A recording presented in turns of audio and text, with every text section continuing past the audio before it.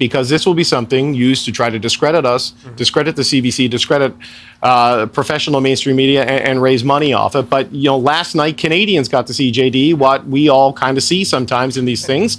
We're told not to make too big a deal out of it, not make it about us, but no, this is an election and it's a leaders debate, man. And this is just nonsense that this is able to happen to people. Yeah, sorry. Man, the mainstream media has no backbone. Hey, everybody, welcome back to the channel. Before we get into today's video, I just wanted to thank everybody who stopped by the live stream last night for the English debates. I know it was a little bit rough, a little bit choppy, so if you did stick through the whole thing, I do appreciate it.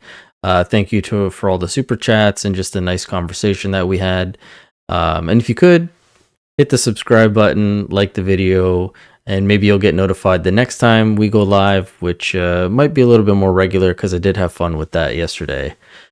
But in regards to today's video, we're going to be talking a little bit about the English debates, but more so about the aftermath, because that's what everyone was wondering what was really going to happen. As you saw with the French debates on David's channel yesterday, Moose on the Loose, he covered the aftermath of the French debate, which, to my surprise, Rebel News was there, and the mainstream media just lost their mind. Well, they continued to lose their mind yesterday with the English debates, so much so that they complained, and the debates commissioner ended up canceling the whole scrum situation. Now, we're going to be playing some clips from Rebel News as well as CBC, so without further ado, let's get into it. Now, as you saw from the opener, David Cochrane was not happy that Rebel News was there for a second day in a row. So much so that they actually had the debates commissioner come onto his program of Power and Politics, where David just grilled the guy over and over again about how was Rebel News even allowed to be there, how they got accredited.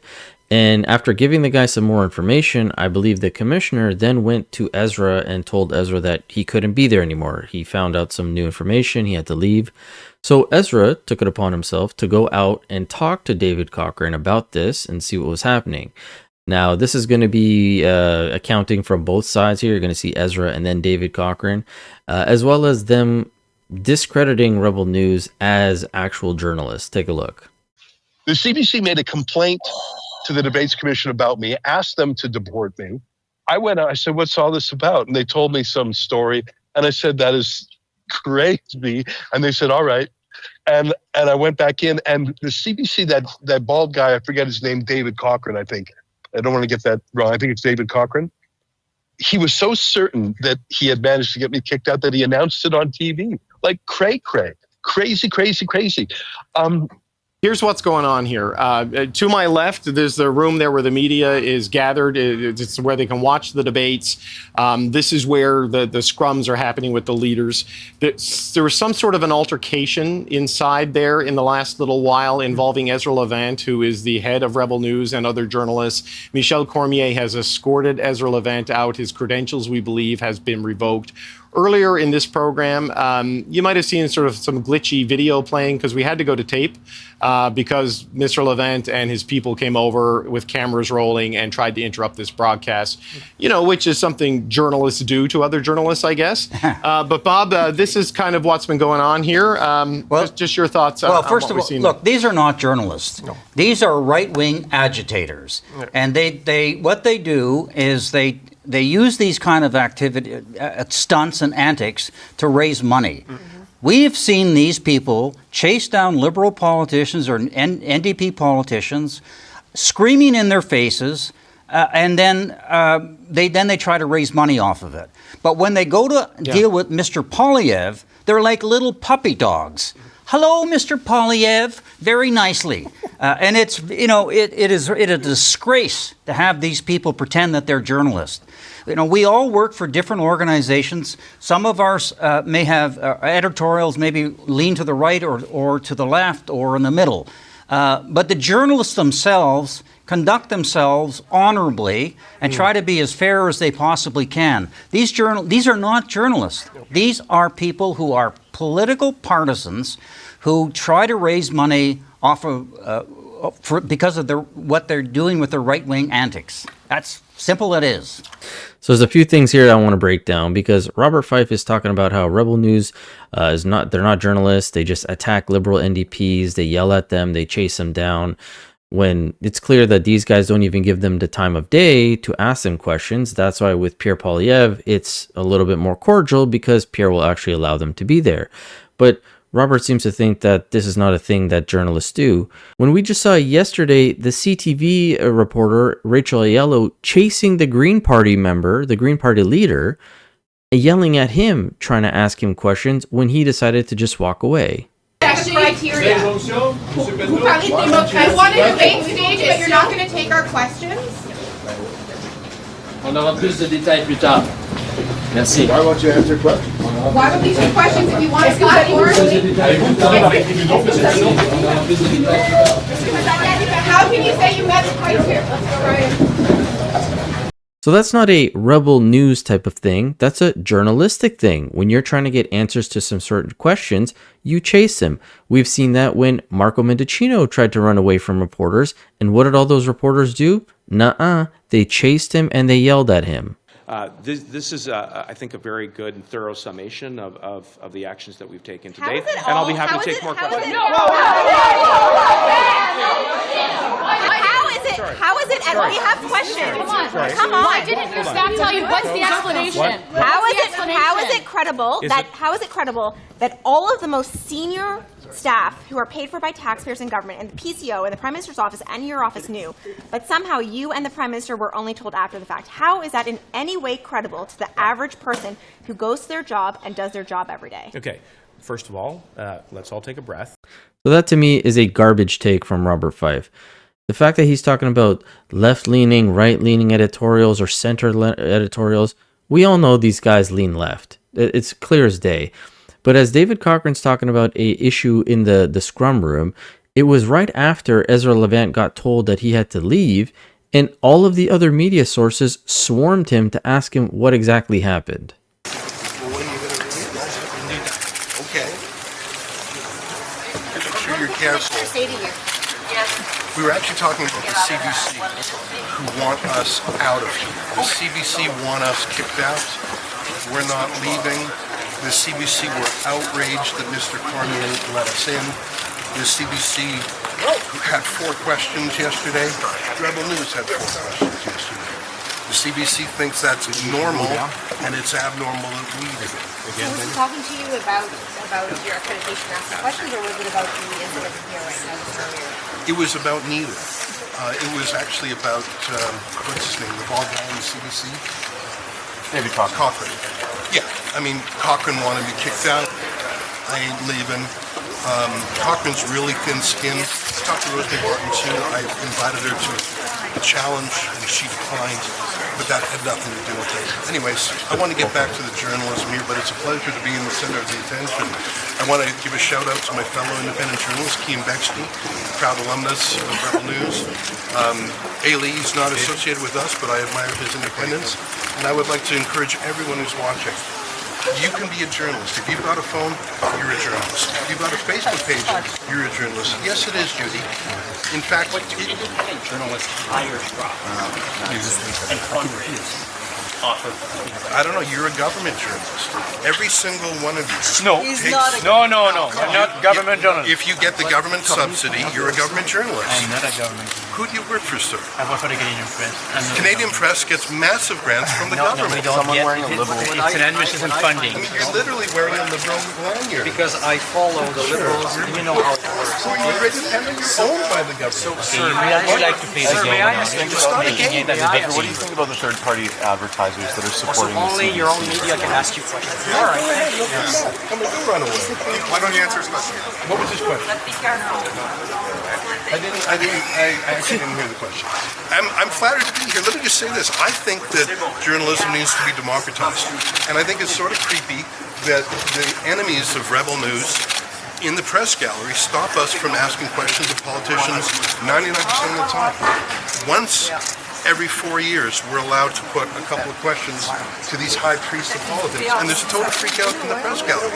Like seriously, it's like leap year. 15 minutes every 4-year season, we're allowed. Can you move your scrum now? We want to watch the start of the debate. Thanks very much. Okay, thank you.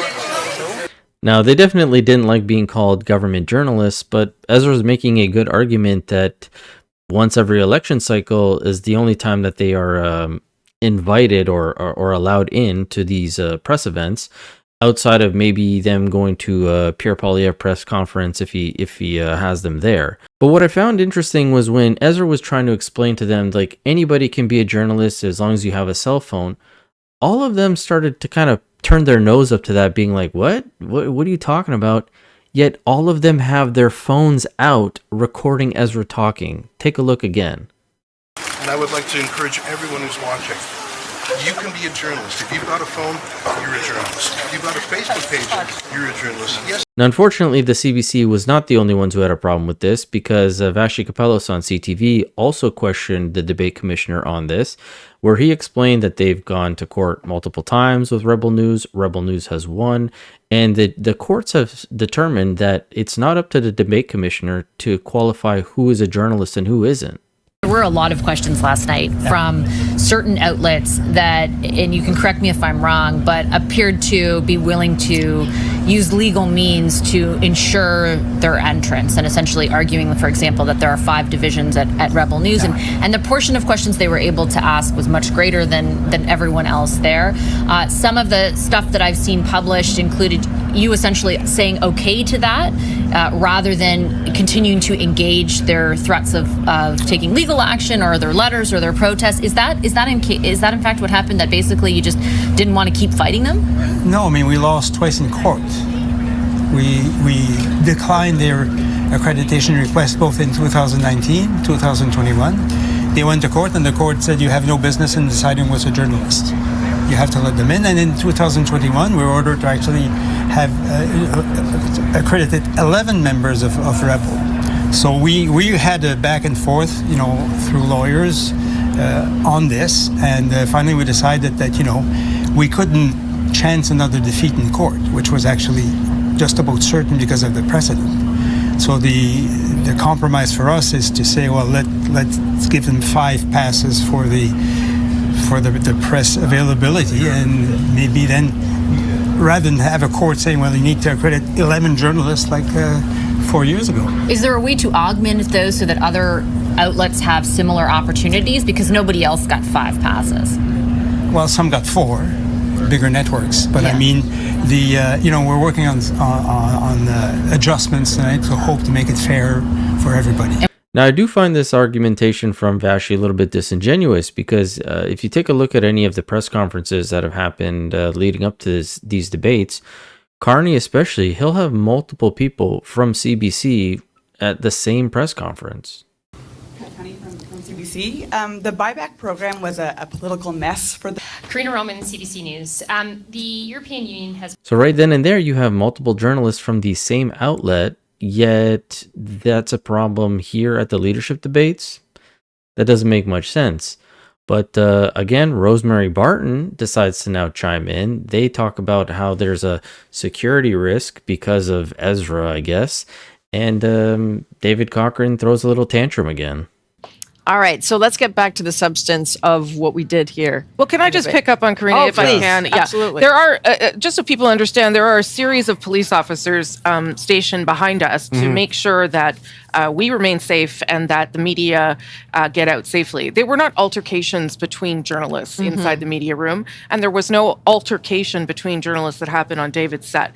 These were right-wing people that publish their own agenda and websites who confronted journalists inside the media center, who confronted David on his set, who directly and personally confronted me inside the media center. These are people that the commission decided to accredit, and that is where we are now. The situation deteriorated quickly in terms of how those people were behaving inside a professional media center where you were supposed to be doing your job. And that has left us with no scrums and a strange security situation on a night where we should be focused on the things that you want to ask us about. It certainly didn't look like this last night. Just one point on that. We are inside a secure perimeter. You have to go through screening processes that involved the RCMP. This set we were on, they came in with bomb-sniffing dogs, searched our bags to make sure everything was safe. That's to make sure the leaders are safe and everybody in here is safe. And for whatever reason, the way this evolved throughout the day and yesterday, the Montreal police are here putting up caution tape, escorting people out. And the leaders of Canada's 4 parties who were able to participate in this debate, because they, what was the phrase? Didn't feel they could provide or guarantee a proper environment. They're not going to take questions from journalists. And look, I know not everybody thinks it's all about us, but it is an important part of the ritual of elections and democracies and accountability. And it is part of the stress test that these leaders go through as they seek to lead this country, and spend your tax revenue and make laws, and some serious things being discussed here tonight about criminal justice and using the notwithstanding clause. These are all things that require a serious and mature debate, not financially motivated stunts. And this is where we've ended up in this election. With everything going on with Donald Trump and everything going on in this economy and everything going on in the world, this is where the national Canadian election debate has ended up. And it's just exhausting. And it is the end product of multiple years of rage farming for narrow political gain and financial benefit for a very small group of people who blew this up today. Now, one would think that's where it would have ended. However, Rosemary Barton decided to also have a panel where they spread more lies, like that the court shouldn't have accredited them, even though the debate commissioner told them that the judge said that they can't decide who is a journalist and who isn't. The decision to give accreditation to a half a dozen people from media organizations that the federal court has said are not legitimate media organizations in the definition of the term, and then being surprised at what happens. I mean, the Rebel News and True North, it's not that they're from the right. They're from, one, the extreme right, and two, they are registered with Elections Canada as a third-party group that publicizes stance on issues in this campaign. I don't think the Star, the Globe and Mail, or the CBC is registered as an intervener in the campaign. So you kind of wonder, what kind of due diligence do people on the commission who earn a fair bit of money and have a nice budget to do this do to arrive at tonight's mess? Andrew. Okay, but particularly on this question of admitting the Rebel News, et cetera, into this thing, I think we've now seen the last nail in the coffin of any idea that these people are just sort of alternative media or independent journalists or anything resembling. These were bully boys and thugs. These are performance artists. These are grifters. They rely on the technique of basically staking out a completely unhinged partisan position and then say that anybody who disagrees with that is just simply partisan in another direction. Journalists have our faults. We make all kinds of mistakes. We struggle with our job, but we are at least trying to be fair to people and trying to look at the things in the round and to present as accurate a picture as we can of what went on. They're not even trying, and that is the difference. Now, all this silly drama was unfortunate because it took away from one of the most epic moments of the debate, which was when Pierre and Carney started going toe-to-toe in terms of questions. After Pierre's question, Carney posed a question to Pierre, and he kind of teed him up for a home run, which was very surprising, but just take a look for yourself. Because Mr. Carney has not changed. Mr. Carney, in 2020, it was recorded, you began advising Justin Trudeau. It's still on the Liberal Party website today that you are Justin Trudeau's economic advisor. They might want to update your website on that. On June 3rd of 2021, you said that inflation would be a sign of economic progress. And you advised governments, including Justin Trudeau's, your Liberal government, to print money, which led to the worst inflation crisis in a generation. Now, that means that mothers went to bed with empty fridges and empty bank accounts, worried how they'd feed their kids, that seniors worried they'd be evicted from their homes, that young people believe they'd never be able to own a home in the first place. Now, in retrospect, that you look back on the Liberal decisions that you advised Justin Trudeau to take, will you look at the camera in the eye and apologize to the many people who suffered as a result of the inflationary policies that you advised Justin Trudeau to implement? You know, I said earlier, but I'm going to say it again. I know you want to be running against Justin Trudeau. Justin Trudeau isn't here. Are you denying you were his here. economic advisor? I did not provide any of that advice. I did not provide any of that advice. It's on the Liberal Party I'm website. sorry. Well, are you accusing your Liberal Party of lying about your role? Because it says today you can go to the Liberal Party website now, and it says that you were Justin Trudeau's economic advisor. The way you judge someone, in my view, is how they act, what they do when they have responsibility. Twice I was a central bank governor. And in both cases, if I may, in both cases when I was responsible for inflation, inflation was less than 2%. I'll add that when I was here responsible for the Bank of Canada, inflation was less than 2%. Our dollar was at parity. That is the kind of success that I can deliver for this country coming out of this crisis. And what is at stake here? You were the economic advisor to Justin Trudeau that gave us the worst inflation that we have had in a generation, because the policies that you implemented and those of the MPs that are still in your ministry. To the fellow Canadians, crisis which the last 10 years has been about the Liberals. The next 10 years should be about you. And that's time. Mr. Carney, good news is the next question is yours. Well, I'm going to ask myself a question. Actually, I'm going to ask a question which has been troubling me. And it's troubling me because, we are in a very dangerous and divided world. Who is it to? I'm going to ask a question of Mr. Poilievre. Why not? We're in a dangerous and divided world. We talked earlier about the challenges in the Middle East, the threats from Iran, threats from Russia, Russia's aggression in Ukraine. We have the threats from China, which I raised. We have the United States, which is fundamentally changing its security relationships, its commercial relationships. We have all this. And in the context of that, everyone on this stage, Mr. Blanchet, Mr. Singh, myself, we have our top secret security clearance. We have our top secret security clearance. I got mine within 3 weeks. It wasn't hard, but I felt it was important that I had it so I could be in a position to be informed about that dangerous world and take decisions at. And Mr. Poilievre, it is now 950 days, if my numbers are right, since you've had the opportunity to get your top secret security clearance, and you've refused. Why? Well, first of all, I have got my security clearance when I was a minister. I got top secret clearance at the time, so there's no problem getting that.